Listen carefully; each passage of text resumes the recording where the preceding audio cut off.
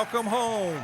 It's Irish Family History with curious news and notes, celebrating our 4th year of this podcast at the Irish Roots Cafe, where every day's a holiday and there's always room for one more.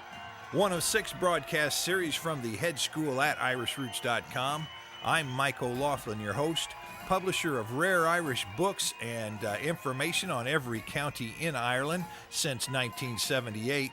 Be sure to read our blog, complete with links to click on from this podcast, and search our master index and books for free. Molly, wet the tea, Katie, bar the door, Sweeney, clear that floor, and bring out the Irish dancers. It's time we get this show on the road. Well, it's show number 146. And among today's topics at the Hedge School are, the family of the day is Whelan or Whelan, and snow returns to Ireland. Meryl Streep has roots in which county in Ireland? Number 4, Ireland's first electric bike, the video of the week. Number 5, counties Derry, Donegal, and Tyrone in Northwest Ireland are the counties of the month. Number 6, Norman Castle in County Wexford Falls. And number 7, a new route for seabirds in County Galway. Hey, that does it for the topics we're covering today. It's going to be a good one. I want you to stay tuned, and remember, all of our podcasts are on iTunes, so you can go there and check them out, or our webpage at irishroots.com. Hope to see you there.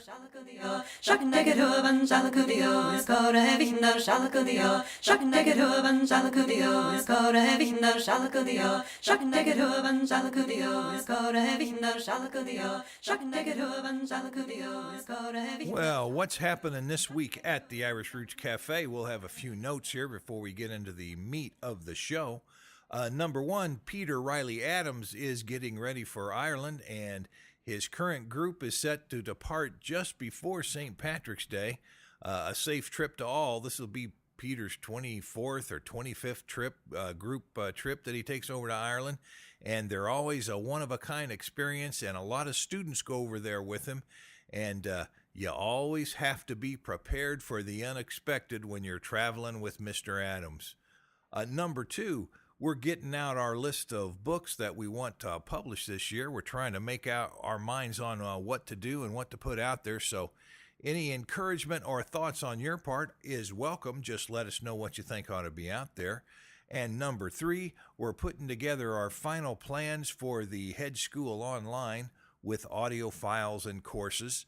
And boy, I'm looking for some good software to help with that. If anybody's a genius in that type of thing, I need some help. And that'll be audio files, and we'll move some of them as courses. We'll have regular courses of study. I've got a link on the blog there that takes you to our sample setup.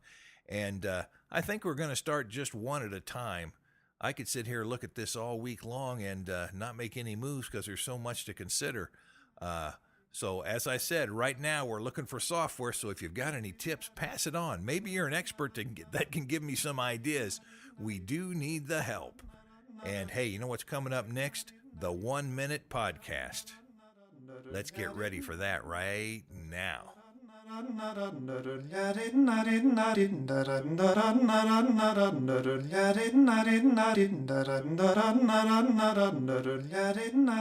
Well, it's time to take a listen to one of our other 8 podcast series that we've got going.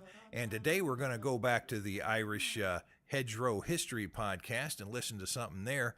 And that's an extract on just a little mention of what was happening or what did happen in 17th century Ireland, particularly up there in the beginning of the 17th century. That's when we had the Flight of the Earls that I mentioned so often. And, of course, there was a Battle of Kinsale that started out that century, and it led to the Flight of the Earls and the beginnings of the plantation of Ireland. And that was an amazing thing. We'll go to the excerpt here, and then I'll make a few comments after this excerpt is done. So here we are now, the Hedgerow History of Ireland excerpt of the week.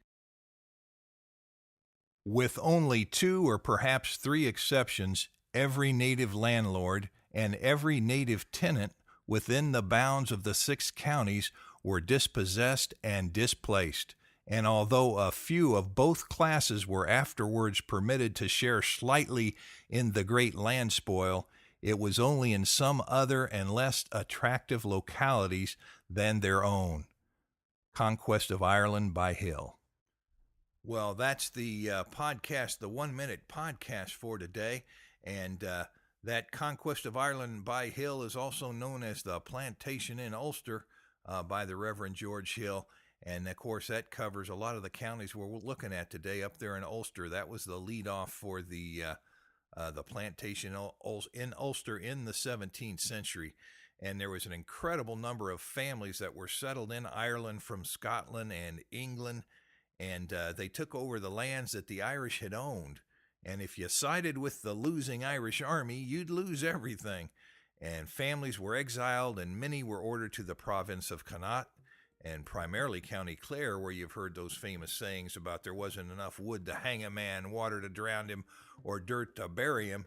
And, hey, the Cromwellian settlement of Ireland has some very good maps on that, showing how they plan to encircle the Irish. Now for the books of the week.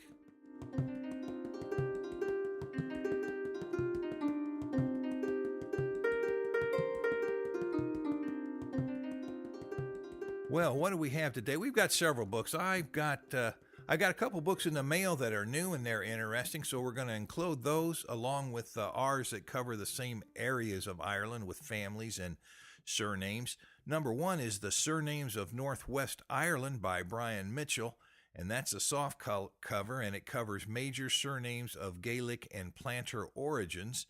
That book, it says, covers County Derry, Donegal, and Tyrone. Of course, that's up there in the old province of Ulster, and it's by Clearfield Publishing, and I'm sure that Amazon's going to have that on there as well, or I'd sure bet on it. Number two, by the same author and publisher, Defenders of the Plantation of Ulster, 1641 to 1691, and that's the muster roll of the garrison of Londonderry during the rebellion of 1642 to 43, and the Defenders of Ireland during the Williamite War of 1689 to 1691. And of course, 1691, isn't that marked the Treaty of Limerick when those 30 to 40,000 Irish were exiled to the continent of Europe, and many of them entered into the armed forces of several different countries, and they actually ended up fighting against each other for those different countries in Europe for a while. Number two, Families of County Donegal, Ireland. That's our hardbound book with family histories of Donegal. And number three, County Donegal, Genealogy and Family History Notes, is our spiral-bound version from the Irish Families Project, and that's to help you do research yourself. It doesn't have 1,000 family histories in it like Families of County Donegal, but it does have information on the services and the different censuses and a few family histories and just coats of arms, who are the leading families, things like that. It's to get your feet wet and enable you to search no matter what family you're looking for. Number four, County Derry, Ireland, Genealogy and Family History Notes.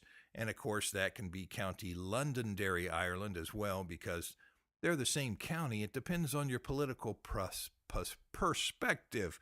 And number five, County Tyrone, Ireland, Genealogy and Family History Notes. And that's for County Tyrone. That's our spiral-bound book from the Irish Families Project. And number six, of course, The Conquest of Ireland. That includes Pinner's survey of landowners and names given in the land grants in Northern Ireland. I've got links to those last four books in the blog. You can go right there, and of course, you can always find them on Amazon. Hey, now it's time for what?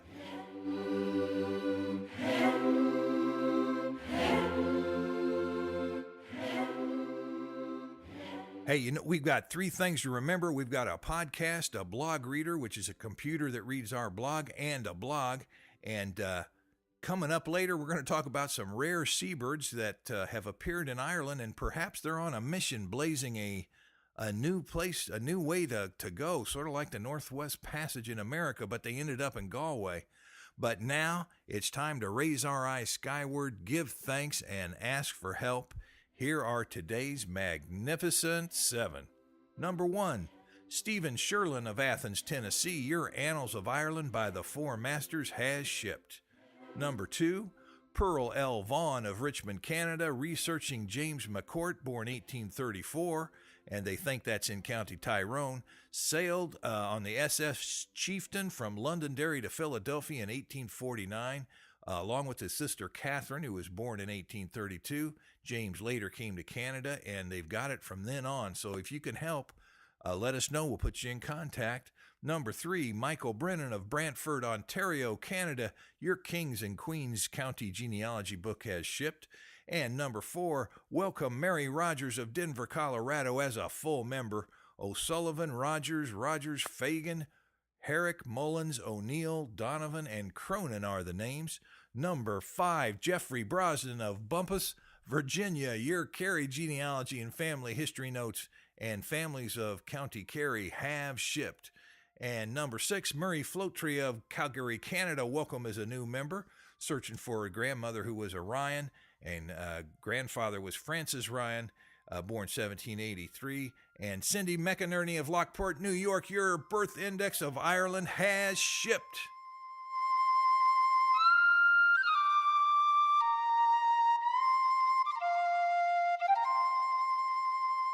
Well, we've had a lot of information come through today, and now that's the Irish family of the name, and it's Whelan, and some people might say Whalen, and some people might say Phelan. It just depends on where you come from and when you split from the main family tree. Today's family history is in honor of member K. Marie Maddock, and related spellings of the name, like I was saying, are Whalen and Whelan, and sometimes you can add an E to that name just for the heck of it. Or it can be a double N at the end of the name, or it can be Whalahan, or Whelan without an H. Usually there's a W-H-A-L-E-N in it. Our member spells it W-H-E-L-A-N, which is very common too. It's part of variant spelling groups 944, 1719, 1721, 2047, and 3133. Boy, there's a lot of different spelling groups for this name, which means there can be some confusion, and you better trace that name back to Ireland. And that comes from the Guide to the Various Spellings of Irish Family Names. Link on the blog. I've also got that book on the webpage and on Amazon. Let's take a quick look at the history of the name. The family names of Whalen and Phelan come from the very same family of O'Phelan way back when, and together they form one of the top 50 most numerous surnames in all of Ireland, and that's with Whalen being the most popular spelling of the two forms by a 2-to-1 margin way back when. And Phelan is found mainly in Waterford, Kilkenny, and Queens, and Tipperary. Whalen is found mainly in Dublin, Wexford, Waterford, Tipperary, and Carlow in the 1890 index. Anciently, you often find the name in the province of Ulster, so apparently some of those family have moved down. If there wasn't a new family, the old family came south, and they might have been forced south by that plantation of Ulster. You'd have to research that. And they're of the very same descent as the O'Brick family, the other chief of the Decies. And they are thus cited by Arion. It says, 2 gentle chiefs whose name I tell, rule the Desai. I affirm it, O'Brick, the exactor of tributes, and with him the wise and fair O'Phelan. So if you're an O'Phelan, you're just bound to be wise and fair, don't you know now? And very seldom do you see these chiefs described as gentle. Usually it's warlike or bloodthirsty or possessors. There must be something special about those O'Whalens and Phelans. But that's it for now. Now you say a branch of the Decies family of Waterford of the name was settled in the barony of Iverk in County Kilkenny, and there's more in the Book of Irish Families, Great and Small. I just took an excerpt there. And of course we took a look at the Irish Book of Arms, and what did we find? Yes, it's in there. Whalen's in there under the head entry for Phelan, and it notes the common origins for both names. And hey, you know, there's a golden stag's head as the crest, and 4 lozenges are included on the coat of arms itself. Gosh, that could be the logo for a lager or a beer, couldn't it?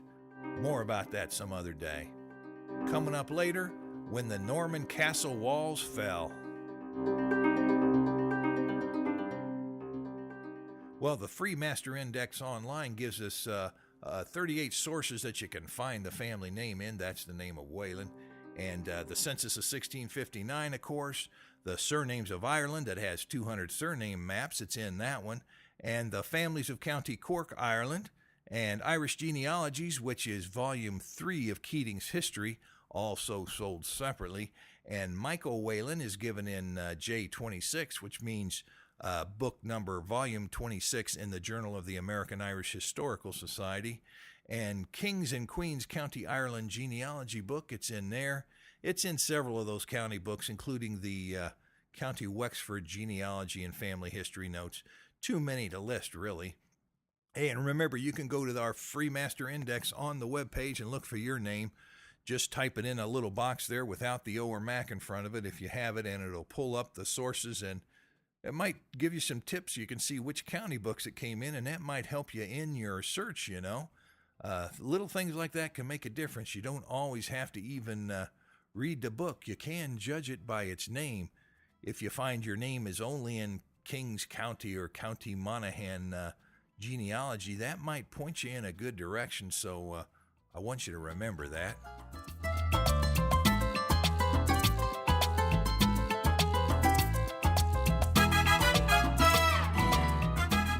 Oh, that brings us to Around the World in Irish Ways, the web pages and videos of the month, depending on what we happen to select. Well, number one, we picked a web page, and that was for Whalen Genealogy Records, and they list the newest databases that contain Whalen genealogy, and they say they add new records regularly, and it's found on distantcousin.com. I've got the link on the blog. Number two, hey, there's an electric folding bike in Limerick, Ireland. We've got a video of that. You can watch them take that bike and unfold it and drive it away. Now, there's a heck of an idea. Number three, here we've got a photo of Mount Garrett Castle. We'll talk more about it in a minute, but that's just before something bad happened to that nice old castle in New Ross County, Wexford. And number four, heavy snows come down on the cars in Ireland. They don't know what to do. They've had traffic jams, and you know what? They've reported some record snowfall. It's hard to know what's true when you're attacked by something like that you haven't seen in many a day. Sometimes you could be exaggerating, but from the pictures I've seen, I think they're telling the truth. They've been inundated with snow over there once again in Ireland. And who knows what to expect next. They've had some mighty strange weather, just like all the rest of it. So you can't just blame it on Ireland. And then they've got birds arriving there that haven't ever arrived in the past. So this whole world's forming up in a new shape, and it's not necessarily global warming. And well, this year it looks like it's global cooling, but you don't know what's going to happen next year. None of us do, tell you the truth. All we can do is study and try to clean things up the best we can. At least that's the way I look at it. Now it's time for...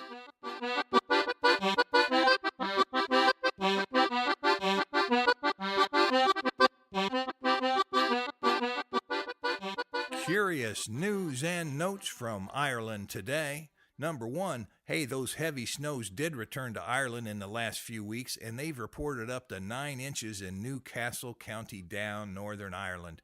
And they say it could be the coldest winter in 30 years. They just need a few more weeks to add it all up. That's in the Belfast Telegraph. I've got a link on the blog. Number two, meanwhile, Pacific seabirds have flown thousands of miles off course and arrived in Ireland for the first time ever reported. One sighting in Oranmore County, Galway, caused quite a stir. Got a lot of bird watchers out there. They think that maybe they're building a brand new air passage route for their descendants. Wouldn't that be something? They're spreading out and going further. I wonder if the temperature in the air or the skies or something like that would cause them to fly a different way. They're going to hear about that later, I bet. That was in the Tribune. Got a link on the blog. Number three, Go Eco in Cappamore County, Limerick is managed by the Mannering family, and they've made the first electric bicycle ever in Ireland, and it has speeds up to 40 kilometers per hour and at a cost of €999. Number 4, actress Meryl Streep is thinking of returning to Donegal in a search for her ancestor, Grace Strain, and she immigrated in the mid-1800s. You all remember Meryl Streep. She's famous for a lot of things, but she was in that Dancing at Lunasa movie several years back. And number 5, cast your vote. Brian Meany, a counselor in County Clare of the Green Party persuasion, has proposed that sheep be used to replace lawnmowers when cutting the county's green spaces. And that would make things more neat and tidy. Plus, it would be so much cheaper. Isn't that something? Oh, but what about the droppings from the animals, says Nora Kay, hey? Well, read all about it. It's in the papers last week, this week in Ireland. Number 6, The Walls of Mount Garrett Castle by New Ross in County Wexford. One of them has finally fallen down, and it seems there are moves afoot to restore that castle before the whole thing comes piling down. You know, it has aged quite a bit over the last 600 years, and I don't think my house will be standing in 600 years. And it's given to be a castle of Norman origins. Oh, can you think of the stories it could tell? My, oh my.